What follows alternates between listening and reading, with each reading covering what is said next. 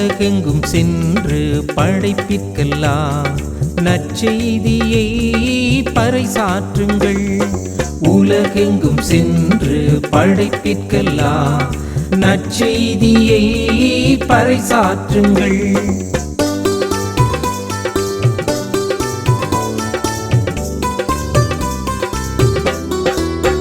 பிற இனத்தாரே நீங்கள் அனைவரும் ஆண்டவரை போற்றுங்கள்.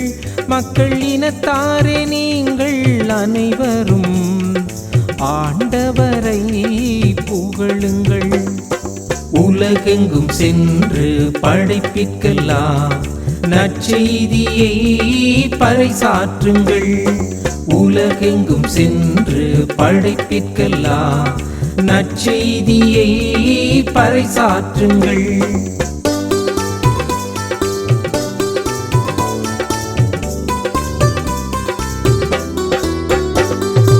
ஏனெனில் ஆண்டவர் நமக்கு காட்டும் மாறாத அன்பு மிக பெரியது.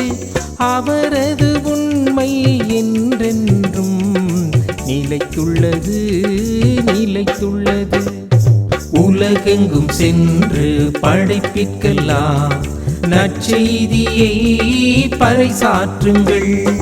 உலகெங்கும் சென்று படைப்பிற்கெல்லாம் நற்செய்தியை பறைசாற்றுங்கள்.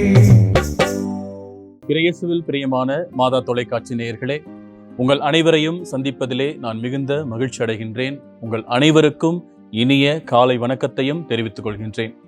இன்று திரு அவையானது திருத்தூதரான புனித பவுல் அடியாருடைய மனமாற்ற விழாவை மிகவும் சிறப்பாக கொண்டாடி கொண்டிருக்கிற இந்த வேளையிலே உங்கள் அனைவருக்கும் பவுலடியாருடைய மனமாற்ற விழா நல்வாழ்த்துக்களை தெரிவித்துக் கொள்வதிலே நான் மகிழ்ச்சி அடைகின்றேன். அன்பார்ந்தவர்களே, இன்றைய நாளில் நாம் சிந்திப்பதற்காக திருப்பாடல் 117 நாம் தியானிப்போம். இன்றைய இந்த திருப்பாடலானது திருப்பாடல்களிலேயே மிகவும் சிறிய ஒரு திருப்பாடலாக கருதப்படுகின்றது. இன்னும் ஒருபடி மேலே சென்று மொத்த இந்த விவிலியத்திலேயே மிகவும் சிறிய ஒரு அதிகாரமாகவும் இது திகழ்கின்றது. இது 2 இறைவார்த்தைகளை உள்ளடக்கிய ஒரு திருப்பாடலாக இருக்கின்றது. இந்த திருப்பாடல் சிறியதாக இருந்தாலும் அனைவருடைய கண்களும் இந்த திருப்பாடலை நோக்கி இருக்கின்றது. நீங்க இன்டர்நெட்ல போய் மிகச்சிறிய திருப்பாடல் எது என்று நாம் தேடி பார்த்தோம் என்றால் அது இந்த திருப்பாடலைத்தான் காட்டுகின்றது.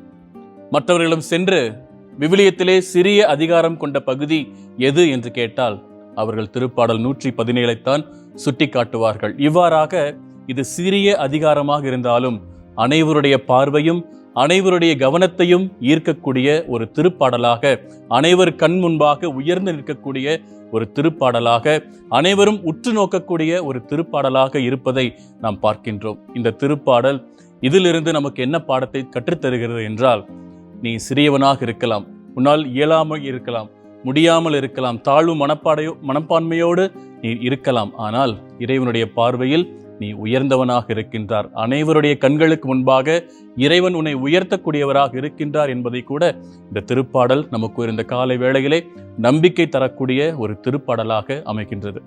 இன்றைய திருப்பாடலின் இந்த 2 வசனங்களிலே முதல் வசனத்தை நாம் பார்க்கின்ற பொழுது, நாம் அனைவரும், அதாவது மக்களினங்கள் அனைவரும் சேர்ந்து கடவுளை புகழ வேண்டும் என்று நமக்கு அழைப்பு கொடுக்கின்றது.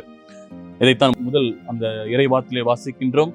பிற இனத்தாரே அனைவரும் ஆண்டவரை போற்றுங்கள், மக்களினத்தாரே நீங்கள் அனைவரும் அவரை புகழுங்கள். இறைவனை போற்றுங்கள், புகழுங்கள் என்று நமக்கு அழைப்பு கொடுக்கின்றது. ஏன் இறைவனை போற்ற வேண்டும், ஏன் அவரை புகழ வேண்டும் என்பதற்கு ஒரு விடையாக இந்த 2ஆம் இறைவார்த்தையானது அமைகிறது. ஏன் அவரை போற்ற வேண்டும், ஏன் அவரை புகழ வேண்டும் என்றால், இறைவனுடைய மாறாத குறையாத அந்த அன்பு, அவர் மக்களின் மீது கொண்டிருக்கின்ற அந்த பேரன்பை நாம் போற்றி புகழ வேண்டும். அவரது உண்மைத்தனத்தை நாம் போற்றி புகழ வேண்டும், பெருமைப்படுத்த வேண்டும் என்று சொல்லி அந்த 2வது இறைவார்த்தையிலே நமக்கு அழைப்பு கொடுக்கப்படுகிறது. ஆமன் பார்ந்தவர்களே, இறைவன் மாறாத குறையாத அன்பு கொண்டவர். நாம் எந்த நிலையில் இருந்தாலும், எப்படிப்பட்டவர்களாக இருந்தாலும், நம் மீது குறையாத அன்போடு பேரன்போடு நம்மை வழிநடத்தக்கூடிய ஒரு இறைவனாக அவர் இருக்கின்றார். அவர் என்றும் உண்மை நிறைந்தவராக இருக்கின்றார். இன்றைய அந்த திருப்பாடலின் பல்லவியை நாம் வாசிக்கும் பொழுது, உலகெங்கும் சென்று படைப்பிற்கெல்லாம் நற்செய்தியை பறைசாற்றுங்கள் என்கின்ற இயேசு கிறிஸ்துவனுடைய அந்த வார்த்தைகள், சீடர்களுக்கு உயிர்த்தெழுந்ததற்கு முன்பாக தன்னுடைய சீடர்களை பார்த்து இயேசு சொன்ன அந்த வார்த்தைகளை இன்றைய நாளில் பல்லவியாக நாம் வாசிக்கின்றோம். நாம் உலகெங்கும் சென்று நற்செய்தி அறிவிக்க வேண்டும் என்றால் அது என்ன செய்தி என்பதை நாம் முதலில் அறிந்து கொள்ள வேண்டும். அதை நமக்கு தெரியப்படுத்துவதுதான் இன்றைய திருப்பாடல். ஆண்டவருடைய அந்த பேரன்பையும் அவரது உண்மைத்தனத்தையும் இந்த உலகெங்கும் சென்று நாம் அறிவிக்க வேண்டும்.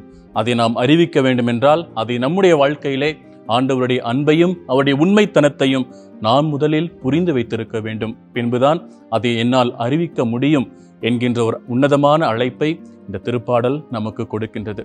அதை நாம் அறிவிப்பதோடு மட்டுமல்லாமல் ஆண்டவருடைய அந்த அன்பை, ஆண்டவருடைய அந்த உண்மைத்தனத்தை என்னுடைய வாழ்க்கையிலும் நான் கடைபிடித்து வாழ்ந்து காட்ட வேண்டும். ஒரு கிறிஸ்துவாக, பிறரை அன்பு செய்யக்கூடியவனாக, உண்மைக்கு சான்று பகரக்கூடியவனாக நான் வாழும் பொழுது அதுவும் ஒரு நற்செய்தி அறிவிப்பாக மாறுகின்றது என்கின்ற உண்மையையும் இந்த திருப்பாடல் நமக்கு எடுத்து காண்பிக்கின்றது. ஆகவே இந்த வேளையிலே மக்கள் இனத்தாரே, உலகில் இருக்கின்ற அனைவரும் ஆண்டவரை போற்றுங்கள், புகழுங்கள் என்று திருப்பாடல் ஆசிரியர் நம்மை அழைக்கின்றார். எனவே கண்களை மூடி இந்த வேளையிலே ஆண்டவரை போற்றுவோம், புகழுவோம். எங்களை எந்நாளும் காத்து வழிநடத்தி வரும் எங்கள் அன்பின் பரலோக பிதாவே, நீர் அன்பு நிறைந்தவர், உண்மையுள்ளவர். உம்முடைய அன்பையும் உம்முடைய உண்மைத்தனத்தையும் தியானித்து கொண்டிருக்கின்ற இந்த காலை வேளையிலே எங்கள் அனைவரையும், எங்களுடைய குடும்பங்களையும் நீரை நிறைவாக ஆசிர்வதித்து, உம்மை போல நாங்கள் அன்பு செலுத்தக்கூடிய, உண்மையோடு நேர்மையோடு நீதியோடு வாழக்கூடிய மக்களாக நாங்கள் மாற வேண்டும். எங்களுக்கு நல்ல ஒரு மன மாற்றம் வேண்டும். புனித பவுலடியார் மனமாறிய விழாவை கொண்டாடி கொண்டிருக்கிற இந்த வேளையிலே நாங்களும் எங்களுடைய தீய வாழ்க்கையை, பாவ வாழ்க்கையை, அன்பு செலுத்தாமல் வாழ்ந்து கொண்டிருக்கின்ற வாழ்க்கையை, பொய்யான வாழ்க்கையை மாற்றி நீதியோடும் நேர்மையோடும் உண்மையோடும் பிறரை அன்பு செய்கின்ற மனதோடும் நாங்கள் வாழ எங்களை நீரை ஆசீர்வதித்து வழிநடத்த வேண்டும் என்று ஒப்புக் கொடுக்கிறோம். ஜெபம் கேளும் ஜீவனுள்ள நல்ல பிதாவே, ஆமேன்.